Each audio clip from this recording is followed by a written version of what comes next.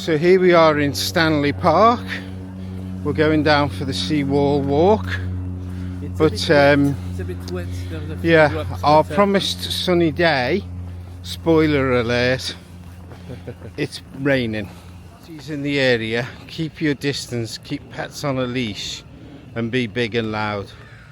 I'm going to struggle with that, obviously. Okay, we are still in the Stanley Park in Vancouver on the north coast.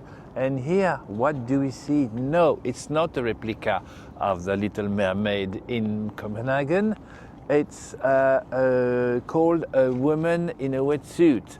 She's a scuba diver. She was a friend of the man who made this bronze sculpture, and he wanted something a bit more representative of the activities here in the bay. And scuba diving at the time, it was in 1972, became quite popular. Go. This is Brockton Point Lighthouse. Gilles made an interesting observation that lighthouses in America seem to be square and lighthouses in Europe seem to be round. And I'm like, I don't know if that's true or not, so we looked it up, and it is in fact true. They were built mainly on the land, and they needed housing for the lighthouse keeper. And in Europe they were built mainly on rocky outcrops, and they needed to stand up to the weather. So that's the reason for the difference. Okay, so these are the totem poles at Stanley Park that we came to see. And when we arrived at the park, the totem pole sign was scratched out and somebody had written fake history on it. So obviously that set me off to figure out what that's all about. So the story is this: the indigenous population here in the park were the Salish and the Squamish peoples, and they were largely wiped out by smallpox brought in by the settlers, and the few that survived were driven out by the settlers. And then in the 1920s, the board of Vancouver Parks wanted to put some kind of celebration of the indigenous peoples in the park. But what they decided to do was buy up totem poles from all over Canada and bring them here, then site them here. But that has upset the local people, because in actual fact that was not part of their tradition. They didn't make totem poles, they didn't carve totem poles, and it's in some ways it's become a symbol of colonialism itself, which is this sort of fake history and fake celebration. So that's what the vandalism was all about. Anyway, they're still interesting to see. They're mostly modern replicas now. Some of the original ones that were here were damaged over time and they've been replaced, but they're interesting to see in their own right.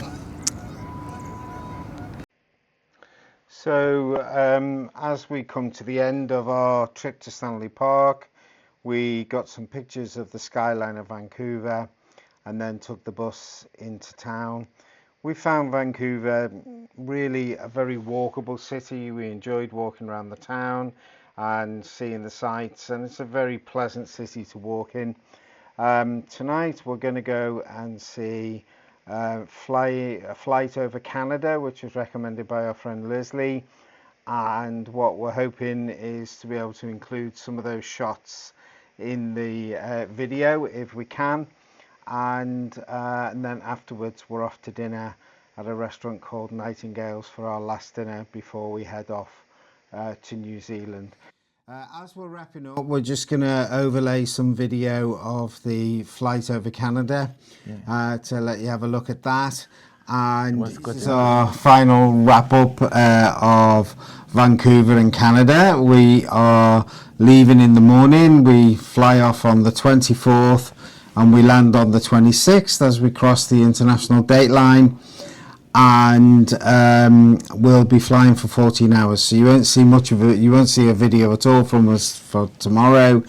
And really it's just to give our overall impressions of this visit. What did you think of Vancouver? Yeah, I love Vancouver very much. Very walkable city. We were in staying in a central position that allowed us to reach a lot of interesting places just by walking or short short trip with public transport, so nothing really difficult. We went for the train, on the bus, on the boat.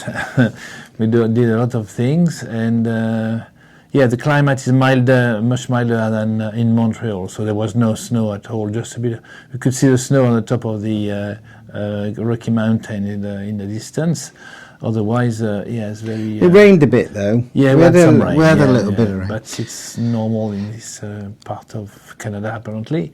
But all in all, I would say, it was good. 8.5 out of 10 for he was. I think for me, it met my expectations. Montreal exceeded my expectations. This met my expectations, but I had high expectations of it.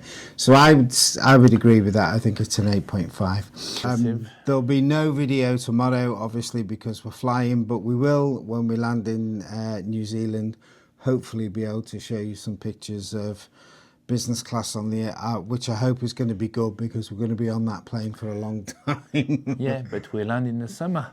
We do. That's the other thing. Yeah, we're leaving the winter and go into the summer. So they always say dress for how you're going to land, not how you take off. So yeah, like the Brits. I don't think I'm going to be wearing shorts in this weather to get on the plane, but I might not pack my winter coat. So we will see you in New Zealand and say goodbye from Canada. And hopefully we'll have some more adventures to record when we get there. So we'll see you then. Goodbye Bye. from me. Bye. Bye.